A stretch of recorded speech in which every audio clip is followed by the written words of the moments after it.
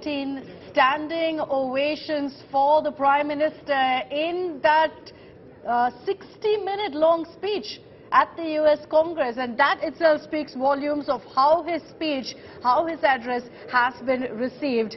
Personal touches in several parts of the speech, peppered with jokes, but an overarching message, a message that these are two democracies that matter and two democracies that deliver. You can see the bonhomie, the warmth on your screens there as Prime Minister Modi is interacting with the senators, all of them shaking hands. Some of them I noticed even taking autographs of Prime Minister Modi. And I don't think ever before has Capitol Hill resounded with chants of Modi, Modi or Bharat Mata ki Jai. That is the impact of the man you see on your screens as he entered into the US Congress there with chants of Modi, Modi, and ending also with those chants. I'm very curious to know what the reaction was to all of those slogans being raised, and so we're going to be connecting with my colleagues Rahul and Geeta on the ground in just a bit. Gaurav Sawant is with me, and how the congressmen and congresswomen are swarming, taking his autograph as you see there. The matter, the Indian American voters matter. Minister Narendra Modi is extremely popular. They've seen the Prime Minister, spoke of it a short while. The gates of the White House were opened for the first time for so many witness history, and this truly is,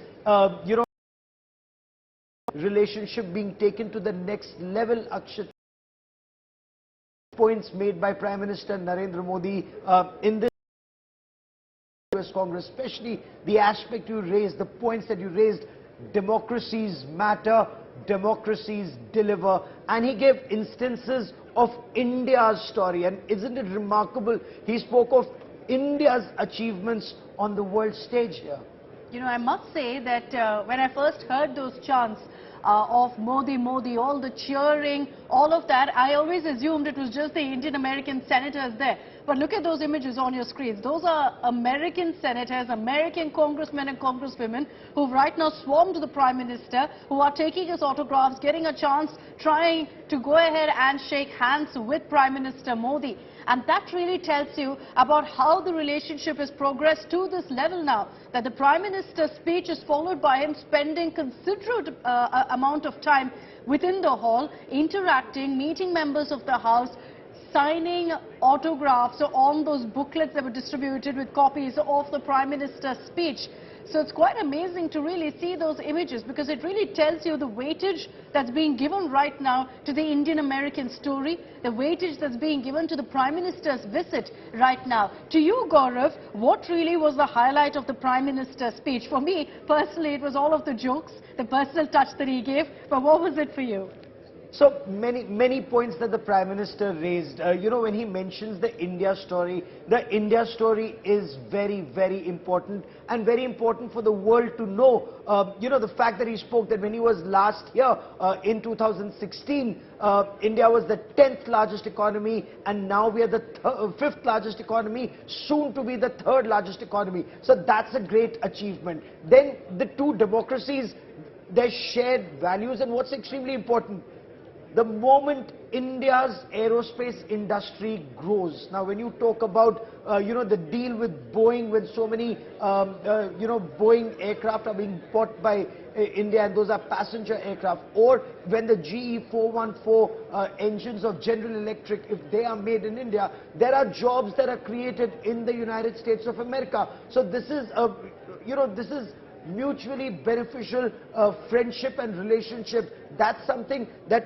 all the congressmen and women, they actually realize, because their voters also benefit, they benefit. Jobs are created in America, jobs are created in India, and democracy is kept safe from expansionist forces. I mean, what I was very happy about was the fact that he exposed China, an expansionist power in the Indo-Pacific, where he very specifically mentioned that, there are dark clouds of coercion and confrontation that are staring at us in the Indo-Pacific. And smaller countries need to feel safe. Sea lanes of communication need to be kept safe. So he exposes China. He also exposes, without naming Pakistan, Pakistan's state-sponsored radical Islamic terror when he mentions 26/11 Mumbai terror attacks and the fact that we are still fighting for justice. Very true. And look at those pictures on your screens. We've progressed now from autographs to selfies with Prime Minister Modi. All the senators queuing up there to quickly click a picture with Prime Minister Modi before he makes his way out. There's another very, very important part of his schedule that's coming up, which is going to be the state dinner. The Prime Minister is expected there in about 2 hours from now, less than that actually, because we're running kind of close on his schedule now. You can see that he's still taking his time out. He's taking the time out to interact with all of the senators, all the congressmen and congresswomen who want a chance to take a picture with him, to interact with him, to shake hands with him, to sign autographs as well. And that tells you about the popularity of the Prime Minister. I must admit that when I first heard the chants of Modi, I saw all the standing ovations. I largely believed that it was triggered by the Indian Americans there in the US Congress.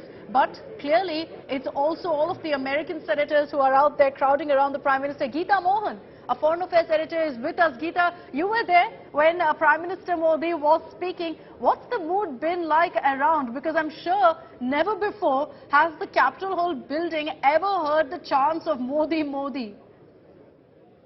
Well, once before he has spoken over here, and yes, there was uproar then too, but none like the one we've seen this time around. Look at the resounding uproar, not just of the galleries where the Indian American community was seated, and prominent members who work very closely with India, but also from the house below, the senators as well as congressmen, all lawmakers.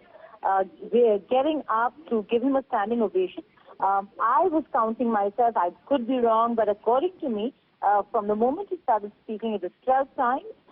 And 14 in all, Geeta, 14 ovations, 15. Gaurav tells me it's 15. Yes. 79 applauses, 15 so I standing counted ovations. 14, about 12 when the entire house stood up to give him a standing ovation. And on 2 occasions, it was only the gallery, the Indian community, and the Indian Americans who stood up to give him a standing ovation. So 14 is what I've counted. Maybe Gaurav and I differ on the number, but that's the number. So quite a few times standing up and agreeing with Prime Minister Modi. The whole idea of a standing ovation indeed is the fact that they are getting up and agreeing with the Prime Minister on what he's saying. Most of them to do with India-US partnership, how to go forward, how to move forward, not an era of war, Russia-Ukraine, territorial integrity. These are key words to which everybody stood up and gave him a standing ovation. Also, there were those who've been critics of Modi in the House, Jayapala included, but she also stood up. She stood up when the House was clapping. She also did clap. So it was a different atmosphere from how one viewed or one would have viewed. There were certainly apprehension whether if there are going to be people who would not stand up when the others stand up for a standing ovation. So we see that there is a moment over here where Prime Minister Modi is waving a goodbye to the members who are still inside the house. He's still inside the house. A lot of people taking photos with Prime Minister Modi, and some of them having a brief conversation, and he is indulging all of them. He's taking time out. Just give me a moment. You're describing what's happening inside. Let's play that out live for our viewers.